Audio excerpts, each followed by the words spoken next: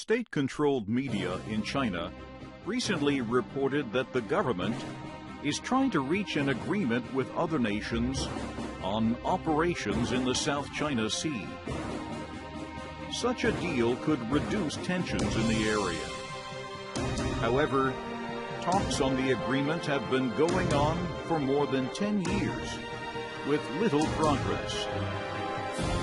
The official China Daily reported that Chinese diplomats and members of the Association of Southeast Asian Nations reached agreement on some issues. The publication said they agreed to create a communications system for sea-based emergencies. It also reported that a temporary agreement on South China Sea operations would be written by the middle of next year. If a final agreement is reached, all the nations that sign it would have to obey international laws. Some experts do not believe a deal will be reached. They note that China has increased its activity in the area since July. At that time, a United Nations-supported court dismissed most of China's claims that a large part of the sea is its territory. China has sent large ships close to disputed islands in the South China Sea. Satellite pictures that have been seen by experts show new buildings that can house fighter jets on some of the islands. Harry Kazianis is an expert on defense policy at the Center for the National Interest in Washington. He recently spoke on VOA's Asia Weekly podcast. I think what they're trying to achieve is basically just to show their anger with the recent ruling that was in the Court of Arbitration in The Hague. And I think we have to break this down in terms of two sets of reactions. The first set of reactions is basically from what's happened from July to basically what's going to happen until early September. That is when the group of nations known as the G20 holds a meeting in China. Kazianis says he believes China will not change its behavior. Greg Poling is an expert on maritime issues at the Center for Strategic and International Studies in Washington.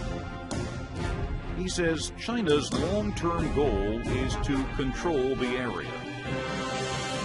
Poling says in 2014, China changed its behavior. He said before that time, China had been pressuring its neighbors, including Vietnam and the Philippines. But, he says, in 2014, all of a sudden, we had Chinese artificial islands cropping up, where previously there had only been submerged rocks and reefs. Poling says this island building changed the balance of power in a basic way. The United States does not accept China's claims to territory in the South China Sea. U.S. planes and ships have been patrolling near the islands, ignoring warnings from Chinese military officials in the area. China says foreign ships are illegally sailing in its waters, but the United States says they are international waters. The U.S. Defense Department says China is making a lot of claims aimed at trying to limit the ability of foreign ships to move freely.